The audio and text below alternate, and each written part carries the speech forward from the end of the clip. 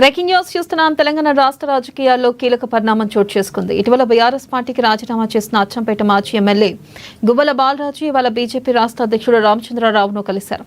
ఇక ఈ మేరకు ఆయన బీజేపీలో చేరబోతున్నట్లుగా రామచంద్రరావు అధికారికంగా వెల్లడించారు.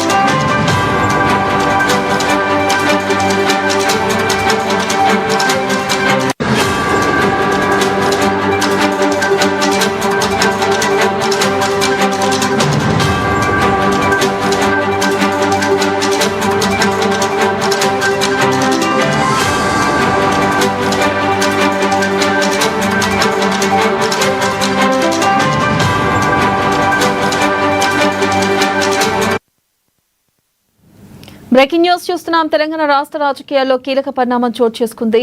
ఇటీవల బీఆర్ఎస్ పార్టీకి రాజీనామా చేసిన అచ్చంపేట మాజీ ఎమ్మెల్యే గువ్వల బాలరాజు ఇవాళ బీజేపీ రాష్ట్ర అధ్యక్షుడు రామచంద్రరావును కలిశారు. అయితే ఈ మేరకు ఆయన బీజేపీలో చేరబోతున్నట్లుగా రామచంద్రరావు అధికారికంగా వెల్లడించారు. ఇక దీనిపై మరింత సమాచారాన్ని మా బ్యూరో చీఫ్ కృష్ణమూర్తి అందిస్తారు. కృష్ణమూర్తి. థ్యాంక్ యూ వినరా. గత కొంతకాలంగా నాగర్ కర్నూలు రాజకీయాల్లో కొంత మార్పులు వస్తున్నట్టుగా చాలా స్పష్టంగా అర్థమవుతాయి.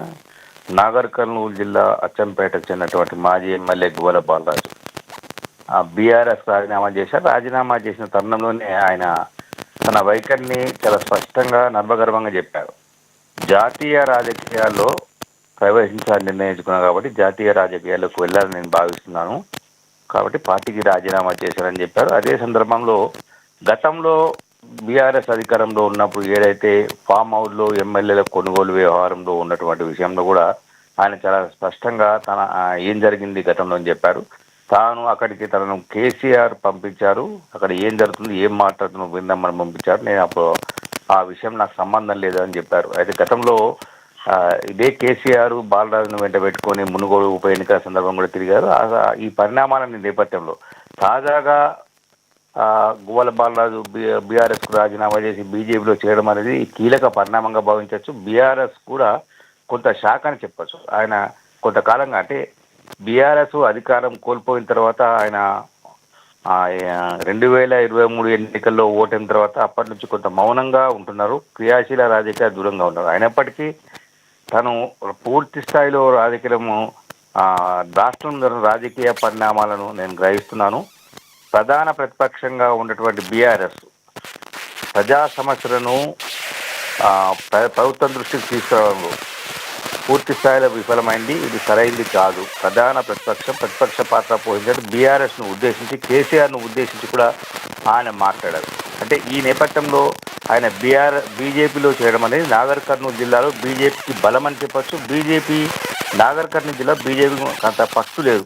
కొంత ఉన్నప్పటి నాగం జనార్దన్ రెడ్డి బీజేపీలో ఉన్నప్పుడు అక్కడ కొంత బీజేపీ ప్రభావం చూపింది. కానీ ఆ తర్వాత మళ్ళీ మొన్న అసెంబ్లీ ఎన్నికల్లో కానీ పార్లమెంటు ఎన్నికల్లో కానీ అంతగా ప్రభావం చూపారు. పార్లమెంటు ఎన్నికల ముందు కూడా అక్కడ బీఆర్ఎస్ నుంచి ప్రాతినిధ్యం వహించిన రాములు, ఆయన కుమారుడు భరత్ ఇద్దరు కూడా బీజేపీలో చేరారు. అయితే ఆయన పోటీ చేసినప్పటికీ అనుకూలంగా ఫలితం రాలేదు.